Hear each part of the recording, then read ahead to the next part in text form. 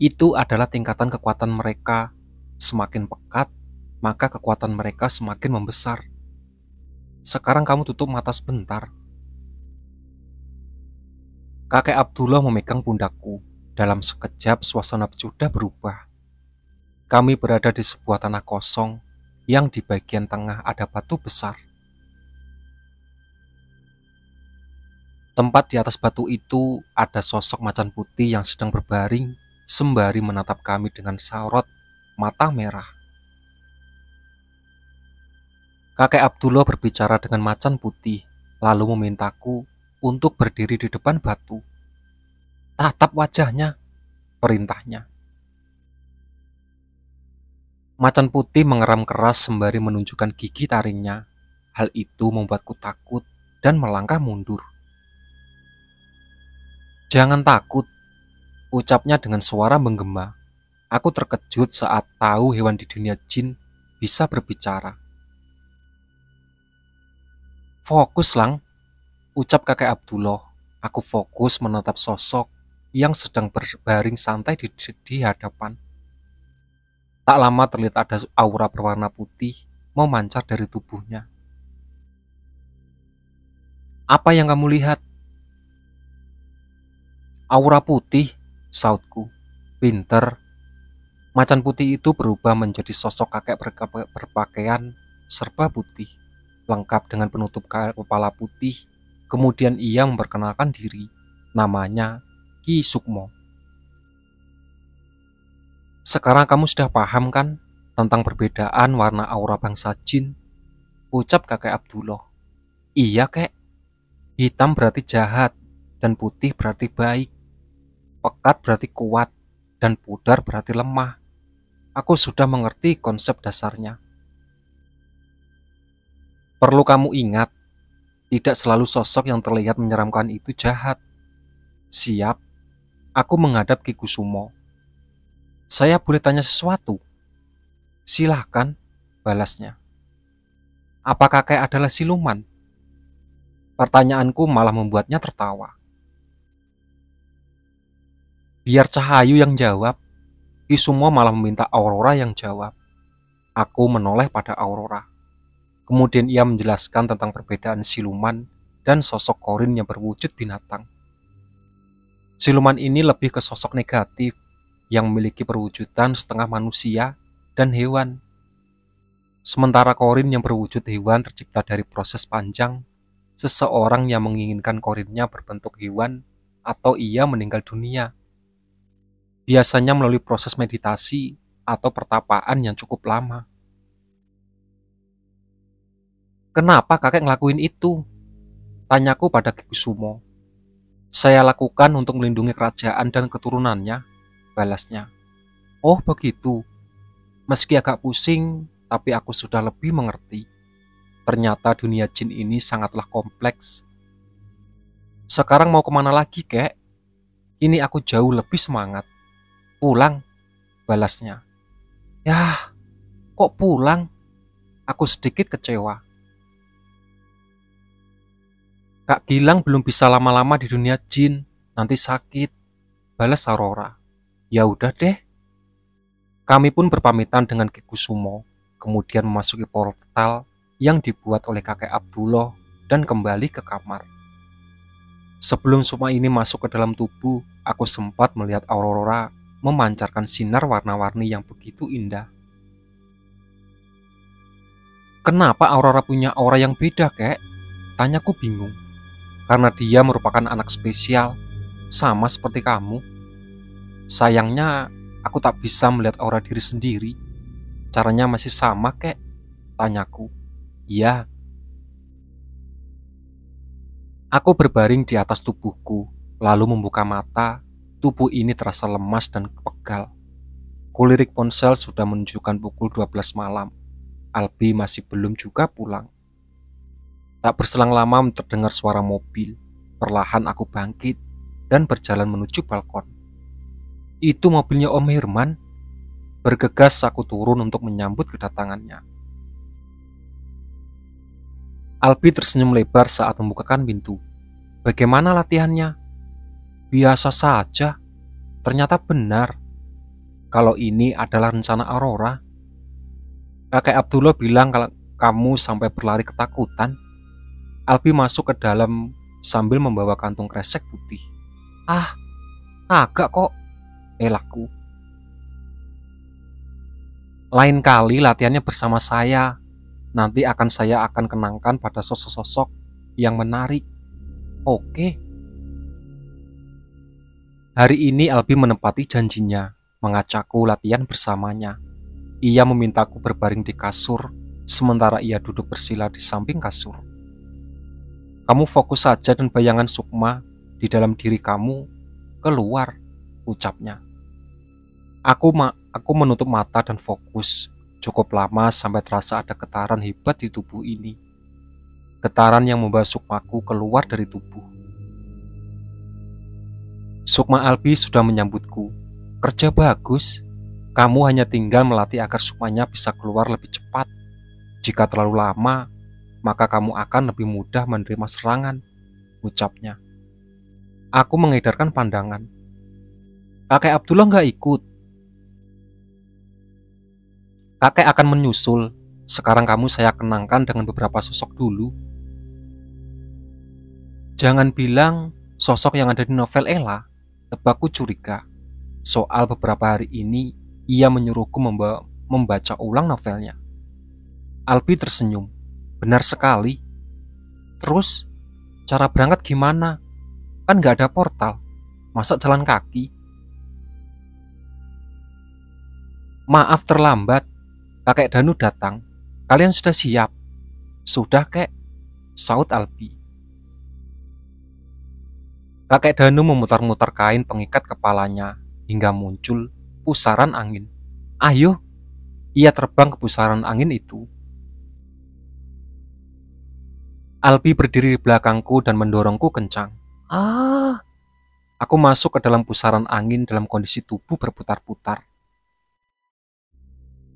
Jangan ikuti arus anginnya, ucap Albi yang terbang dengan santai. Gimana caranya? Sautku yang masih berputar-putar. Ikuti saya, terbang di inti pusaran. Belum sempat mencoba lepas dari pusaran, aku sudah terlebih dulu mendarat di tanah. Di mana ini? Tanyaku dengan pandangan kabur. Ini adalah rumahnya Tuan Bronson, balas Albi. Tempat terakhir kali kamu sama Ella kan? Aku ingat sekali di buku novelnya, Ella mengucapkan salam perpisahan di pantai belakang rumah ini. Bener, yuk masuk. Albi melangkah ke dalam rumah. Aku bangkit, meski kepala ini agak sedikit pusing. Kakek Danu mana? Beliau sudah ada di dalam. Aku masuk ke dalam rumah. Ada 3 sosok yang sudah menyambut. Kakek Danu, Tuan Bronson, dan satu lagi wanita berwajah sinis. Wanita yang duduk di sana adalah Susanne, ucap Albi. Kulemparkan senyuman tapi ia tidak membalasnya. Dasar hantu, tidak tahu sopan santun. Kemudian aku duduk di sofa, kami pun mengobrol sebentar. Tuan Bronson menceritakan tentang sekte yang ada di zaman Belanda. Ia bilang, dulu banyak teman-teman yang terlibat dalam ritual satanik dengan menumbalkan gadis-gadis perawan.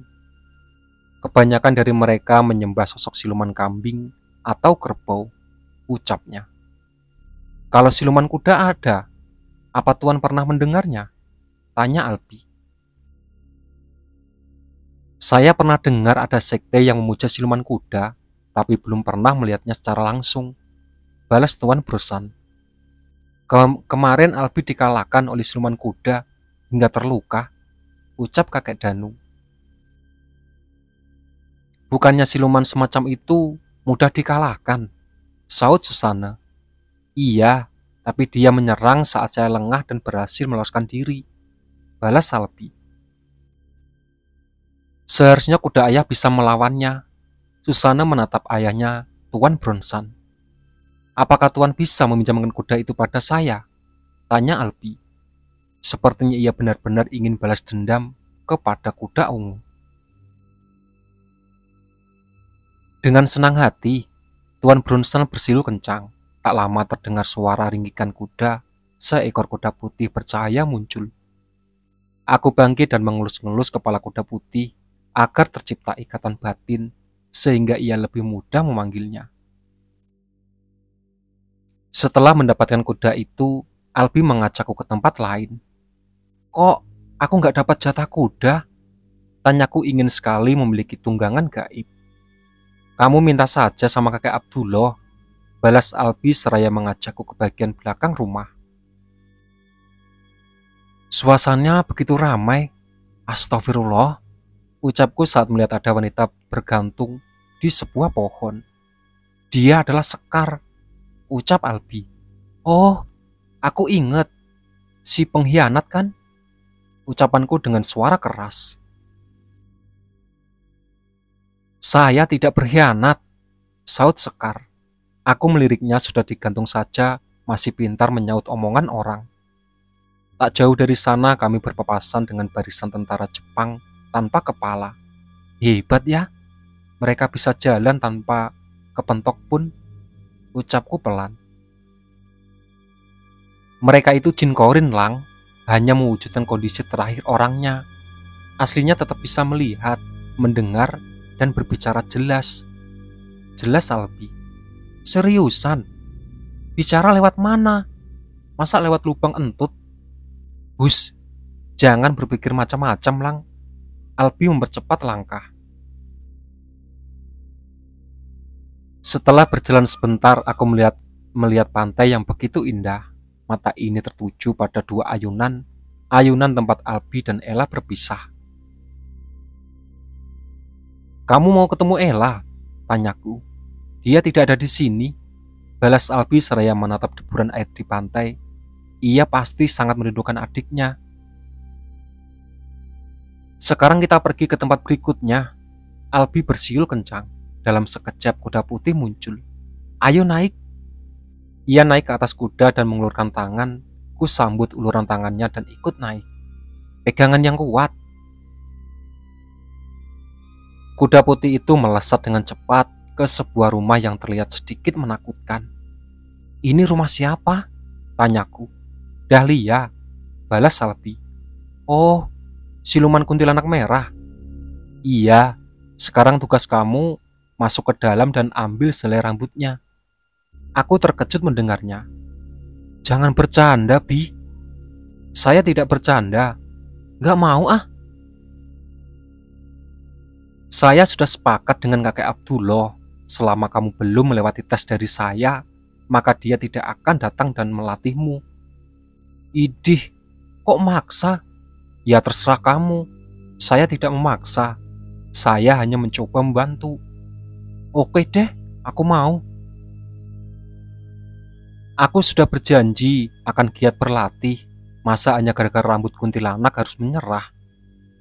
Aku melangkah ke dalam rumah yang terlihat terbengkalai, padahal lokasi tempat berada di persimpangan. Saat kaki ini melewati pintu, terdengar suara cekikan khas kuntilanak bersautan. Aku berdiri dekat pintu seraya mengidarkan pandangan. Ada banyak kuntilanak berkumpul di atap-atap rumah yang bolong. Ada perlu apa lelaki setampan kamu datang ke sini? Ucap sosok wanita cantik yang mengenakan kebaya merah. Apa kamu yang bernama Dahlia? Tanyaku. Benar sekali. Ia mendekat, lalu mengelus wajahku. Tubuh ini mendadak kaku. Ayo, kita ngobrol di kamar, bisiknya. Kaki ini bergerak sendirinya menuju kamar. Pikiran ini sudah mencoba melakukan perlawanan, tapi tak berhasil. Sesampainya di kamar, ia memintaku menanggalkan pakaian. Jangan tergoda, Lang, terdengar suara Albi. Astagfirullah, gumamku. Apa kamu bilang? Dahlia terlihat marah. Tidak, balasku seraya melangkah mendekati. Kamu cantik sekali, ucapku pelan sembari menatap wajahnya. Dahlia tersipu malu dan memelukku. Aku langsung mengambil kesempatan untuk menjambak rambutnya dengan kencang. Ah, pekiknya. Anak kurang ajar. Wajahnya berubah menjadi mengerikan. Aku berlari keluar sembari melirik rambut yang ada di genggaman, seperti aku mengambil terlalu banyak. Bruk. Pintu depan tertutup kencang. Aku berbalik badan. Sudah ada puluhan kuntilanak beserta Dahlia yang menyambutku. Mampus dah, gumamku. Kalahkan dia, maka kamu bisa keluar. Suara Albi kembali terdengar. Ngomong doang, buktiin. Batinku harus mencari cara untuk menghadapi kuntilanak. Aku merapal ayat kursi dengan suara lantang, membuat banyak kuntilanak menjerit kepanasan. Kuntilanak yang sudah tak kuat memilih untuk kabur. Sementara Dahlia masih tampak biasa saja. Kok kamu nggak takut? Tanyaku. Doa itu sudah terlalu sering saya dengar. Dahlia terbang mendekat. Ia mencoba meraih leherku. Dengan cepat, ku tepis tangannya dan menarik gaunnya hingga robek. Gaun murahan gitu aja robek. Lidikku lalu berlari. Anak sialan. Dahlia mengejarku. Ingat Lang, ini adalah dunia jin. Jadi kamu bisa terbang. Aku mensugesti diri, lalu menekukkan kaki dan melakukan pelompatan. Hus. Aku pun terbang. Beberapa kuntilanak berusaha mengejar. Kini aku membayangkan pedang yang dipakai untuk menebas kenanga. Sereng. Pedang itu muncul sontak aku berdiri di udara, seraya mengancam para kuntilanak yang mendekat. Ayo maju. Mau, aku tebas leher kalian. Dahlia tampak ketakutan, begitu pula dengan anak buahnya. Buka pintunya, perintahku. Pintu terbuka, bergegas aku terbang keluar. Albi memegang keningnya saat melihatku membawa gumpalan rambut Dahlia. Saya mintanya hanya sehelai, ucapnya. Ribet, sekalian aja, balasku. Seharusnya kamu tidak perlu juga menggunakan pedang itu. Lawan kamu hanya kuntilanak merah, Lang. Pedang di tanganmu menghilang. Loh, kok hilang? Memegangnya terlalu lama bisa menguras energi. Makanya, jenis-jenis pusaka hanya boleh digunakan saat kamu benar-benar terdesak. Jelas, Albi. Tadi aku udah kepepet, Bi, balasku. Kamu bisa melawan mereka hanya dengan tangan kosong, Lang. Bayangkan saja kamu sedang bertemu preman wanita. Oh, oke deh. Sekarang pergi kemana lagi? Ke rumah Olive. Olive, istrinya Popeye. Kamu tidak akan bisa bercanda saat melihat wajahnya. Jangan nakut-nakutin, Bi. Bikin mental breakdown aja, protesku. Kami pun pergi ke rumah Olive yang ternyata merupakan sosok pocong wanita. Masuk dan ambil tali pocong di kepalanya, perintah Albi. Oke. Aku masuk ke dalam rumah. Kali ini rumahnya begitu gelap, tak ada tanda-tanda kehadiran Olive. Hai. Tiba-tiba ia muncul di hadapanku. Wah. Aku terkejut dan melangkah mundur. Saat ingin meraih tubuhnya, ia malah menghilang. Kuedarkan pandangan mencari keberadaannya. Hai, suara cempreng itu kembali terdengar. Kini ada di belakangku. Aku berbalik badan, nihil. Ini pocong apa The Flash sih? Lincah amat, batinku. Aku menutup mata fokus mendengar suara yang berpindah-pindah. Depan, belakang, kanan, kiri. Depan, belakang, kanan, kiri. Aku membuka mata dan menangkap Olive yang muncul di hadapan. Ih, kok bisa? Gerutuku seraya melihat seperti cacing. Lepasin. Kutatap wajahnya yang cemberut tak jelas. Sok cantik amat. Ledeku lalu memegang kepalanya. Kutarik tali yang mengikat ujung kain kafannya. Kain kafannya terbuka, menunjukkan rambut yang gimbal berantakan. Aku tertawa melihat bentuknya yang lucu. Ia melancarkan serangan ludah. Beruntung aku bisa menghindar. It's, gak kena. ledekku dan pergi keluar. "Kembalikan tali pocong saya," teriaknya. "Pinjam sebentar," sautku lalu menemui Albi yang berdiri di luar pagar. "Kamu tidak terkena ludahnya kan?" tanyanya. "Aman," balasku. "Nih, kuserahkan tali pocong milik Olive. Bagus, kamu bisa belajar dengan cepat. Dulu saya membutuhkan waktu lama untuk mendapatkannya. Sekarang kembalikan tali itu padanya." "Ya elah, udah susah-susah dapatnya." Aku berbalik badan dan melemparkan tali itu ke rumahnya. "Gimana cara dia masang lagi? Kan tangannya keiket." "Di dunia jin, jadi logika kamu tidak akan sampai," balas Salbi. "Bener juga. Terus, kemana lagi sekarang?" "Ke tempat rahasia. Kamu tutup mata," balas Salbi. Aku menutup mata. "Tutup matanya, nanti naik dulu."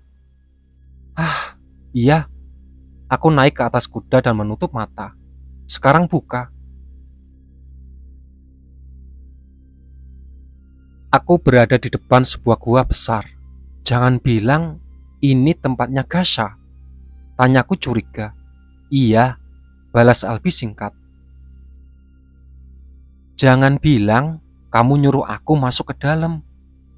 Albi malah tersenyum tanpa membalas pertanyaanku.